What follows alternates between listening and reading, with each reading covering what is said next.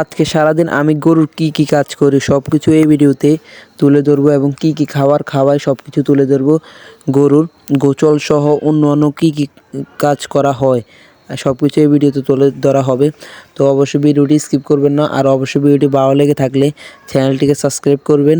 আর তো বেশি কথা না বলে চলেন ভিডিওটি শুরু করা যাক।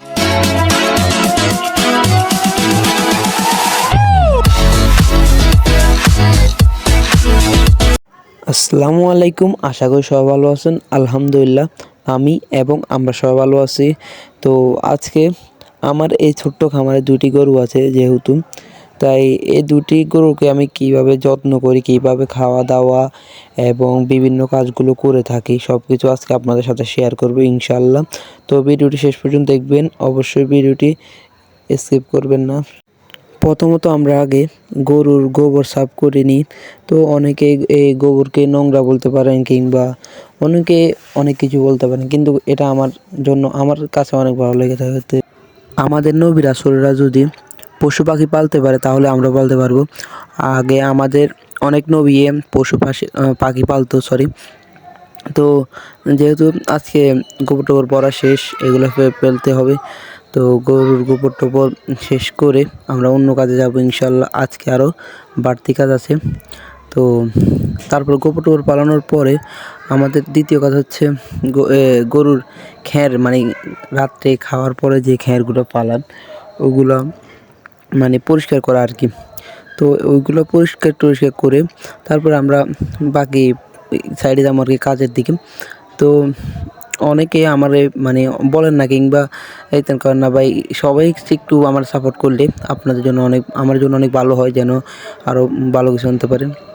তো যেহেতু গরুর খ্যাটের সাফ করা শেষ, তারপরে আমরা পানি সবসময় গরুর ঘরকে পানি দিয়ে ভালোভাবে ধুয়ে নিই কিংবা পরিষ্কার করে নিই।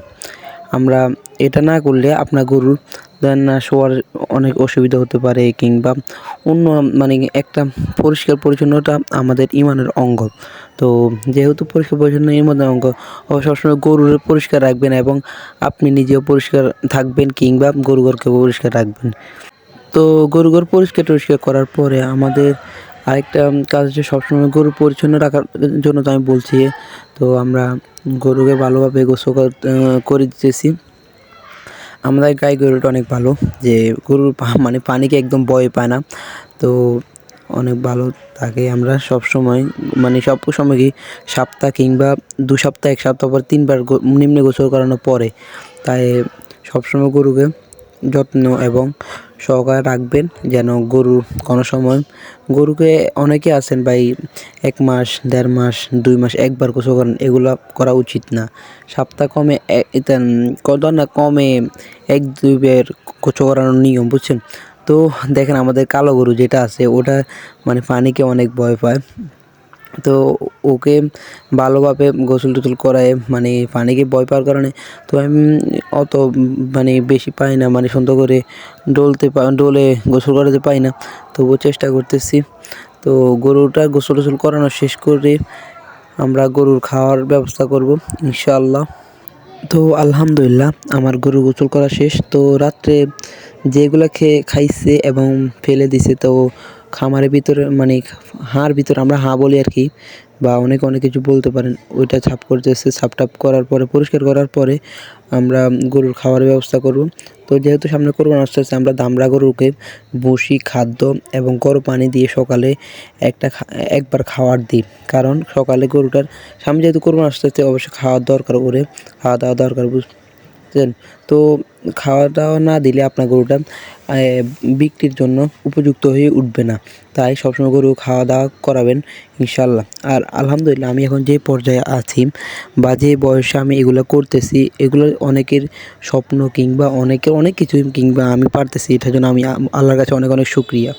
তো আলহামদুলিল্লাহ দিয়ে গরুর জন্য আমরা খ্যার বলি কিংবা অনেকে খড়, অনেকে অন্য ভাষা বলতে পারেন। এগুলোকে কাটার পরে আমরা একটা জায়গায় এগুলাকে রাইখা মানে ডেলে ভিজিয়ে প্রায় 20 থেকে 25 মিনিট এটা আমরা ভিজানোর পরে আমরা এগুলাকে গরুর জন্য উপযুক্ত করে যদি ভালোভাবে ভিজানোর পরে মানে উপযুক্ত হলে ধরুন একদম ভিজে গেছে, 20 মিনিট থাকলে অবশ্যই ভিজে যায়। ভিজে যাওয়ার পরে আমরা ভুসি, আপনাদের বাসায় এগুলোর কী বলে তা জানি না, আমাদের বাসায় এটারে ভুসি বলে।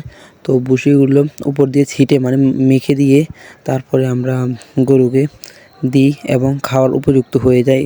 তো দেখেন গরুর খাওয়া টাওয়া দিয়ে ইনশাআল্লাহ আজকে আমার আরেকটা কাজ আছে, যেই কাজটা হচ্ছে আমার ধান ছুড়ানোর কাজ আর কি। তো গরুর কাজ শেষ আলহামদুলিল্লাহ। তো আজকে কাজ হচ্ছে গরুর কাজ শেষ করে ধান ছুড়ানোর জন্য মেশিন এসেছে, তো দেখতেছেন। তো আমি যেহেতু ধরেন অত মানে ক্যামেরাম্যান কিংবা যাই বলেন সরি, ক্যামেরাম্যান নাই আমার পর্যাপ্ত আমার কাছে নিজের কাছে। তো তাও আমি নিজে চেষ্টা করি আপনাদের জন্য ভিডিও দেওয়ার জন্য, এবং অবশ্যই আমার ভিডিওগুলো যদি ভালো লেগে থাকে অবশ্যই চ্যানেলটিকে সাবস্ক্রাইব করে পাশে থাকবেন। আসসালামু আলাইকুম। অবশ্যই সবাই সুস্থ থাকবেন, ভালো থাকবেন, সবাইকে আল্লাহ হাফেজ।